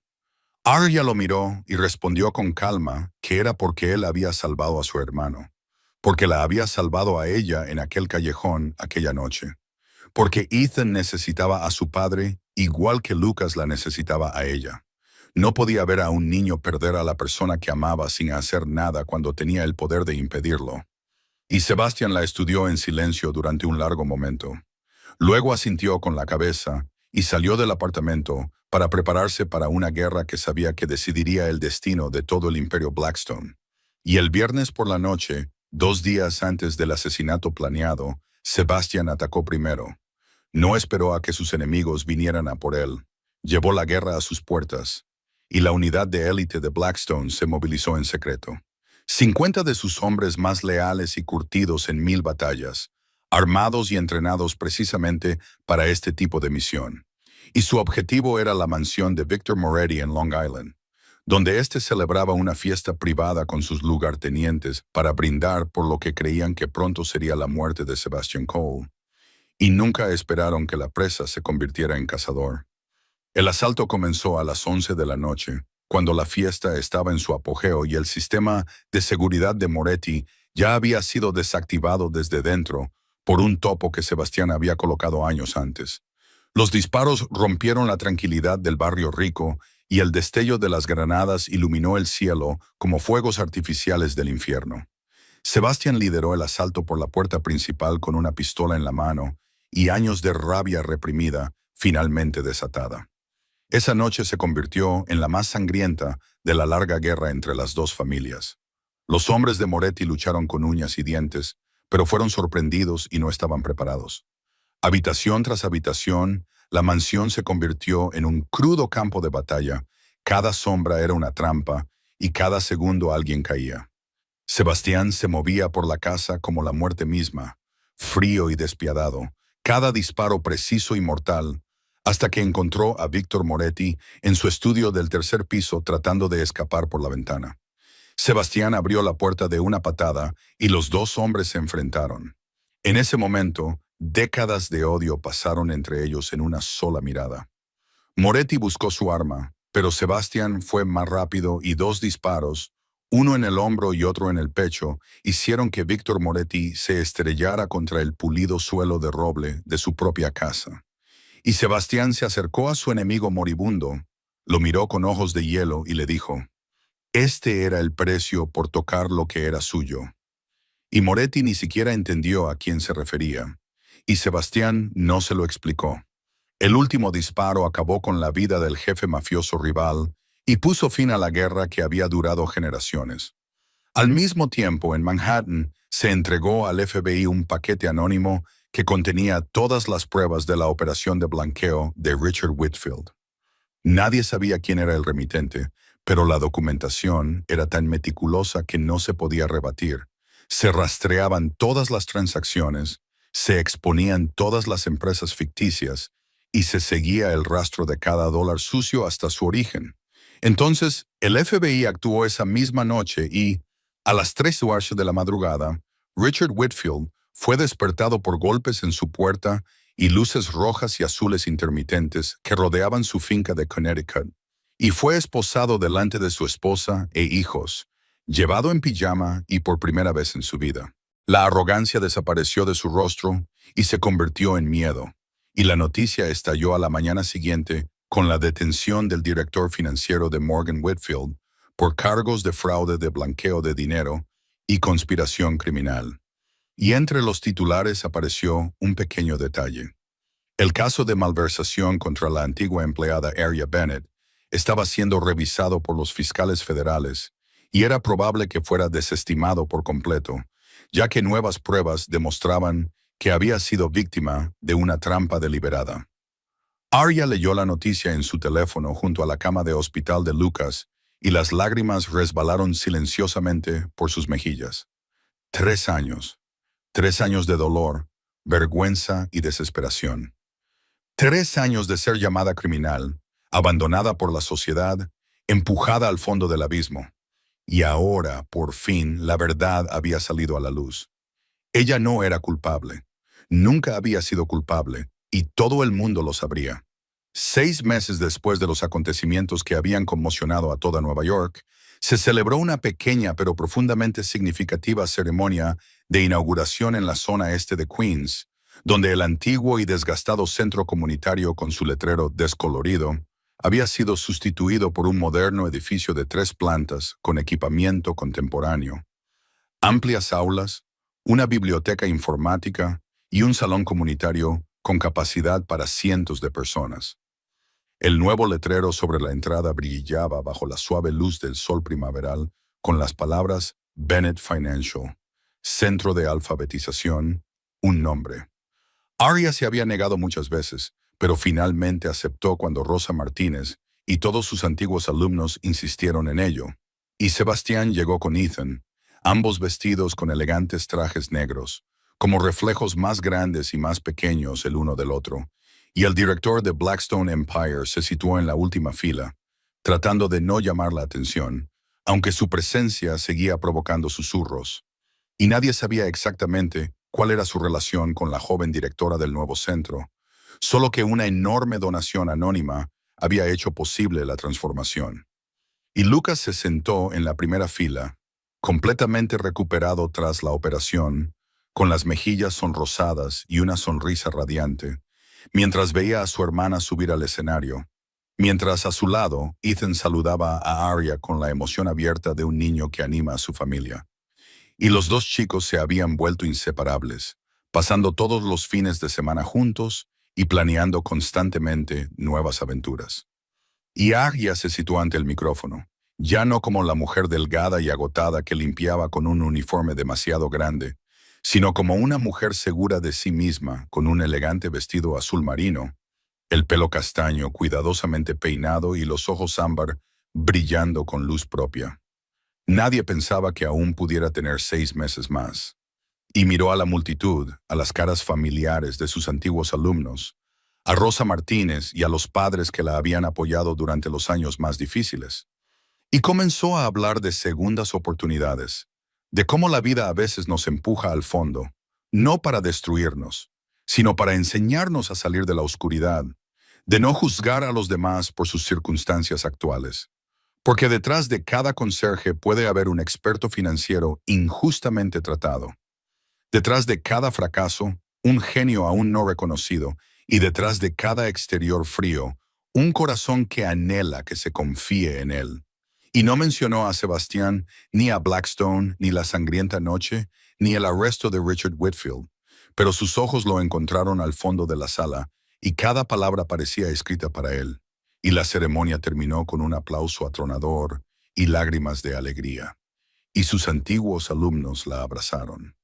Rosa Martínez lloró de orgullo, y Lucas corrió a abrazar a su hermana con toda la fuerza que le permitía su nuevo y sano corazón. Y cuando la multitud se fue dispersando poco a poco, dejando solo a los más cercanos a ella, Sebastián encontró a Aria de pie, sola, junto a la gran ventana que daba al barrio, al que había pertenecido durante tantos años.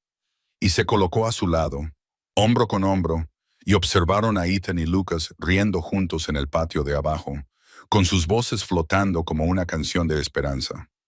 Sebastián habló primero, con voz más baja y suave de lo habitual, y le dijo que ella había cambiado su forma de ver el mundo.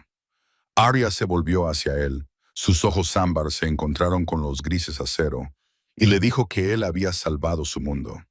Se quedaron allí de pie durante un largo rato sin decir nada más, porque a veces el silencio entre dos personas que se comprenden lo dice todo.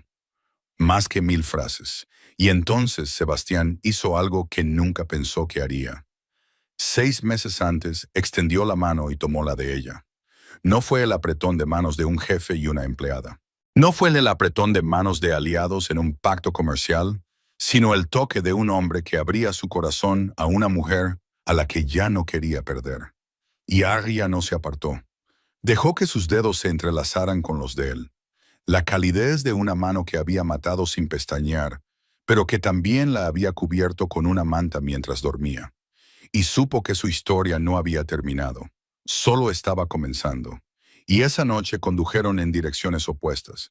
Sebastián volvió a su ático en lo alto de Manhattan y Arya al nuevo apartamento en Queens. Lo había alquilado para ella y Lucas, pero antes de separarse, Sebastián le preguntó si llevaría a Lucas al campamento de ciencias. Ethan asistiría el mes siguiente. Y Arya sonrió y asintió. Y mientras el Maybach negro desaparecía por la calle, Arya miró el nuevo letrero que brillaba bajo las luces de la calle construido para segundas oportunidades, construidas para una chica que una vez fue incriminada y empujada al fondo de la sociedad por un jefe de la mafia que había olvidado cómo confiar tras una traición. Para dos chicos solitarios que finalmente encontraron la amistad, y para todos los que creen que la vida aún puede ser hermosa, incluso después de las noches más oscuras. Y esta historia nos enseña a no juzgar nunca a los demás por las apariencias o las circunstancias actuales, porque cada persona lleva consigo una historia invisible a los ojos. Nos recuerda que la resiliencia y el amor pueden ayudarnos a superar cualquier adversidad, y que siempre vale la pena dar segundas oportunidades a aquellos que nunca se rinden. Y nos muestra que, incluso en la oscuridad más profunda, siempre hay chispas de bondad y redención esperando a ser encontradas. Y si esta historia te ha llegado al corazón, suscríbete a nuestro canal, dale a me gusta y comparte este video con tus seres queridos para que podamos seguir compartiendo juntos historias significativas. Nos encantaría saber qué te han parecido Arya y Sebastián. ¿Alguna vez te han malinterpretado o juzgado injustamente? ¿Crees que todo el mundo merece una segunda oportunidad? Comparte tu opinión en los comentarios. Estamos deseando conocer tu opinión y conectar contigo a través de cada historia. Gracias por quedarte con nosotros hasta el final de este video. Te deseamos a ti y a tu familia buena salud, felicidad y paz cada día.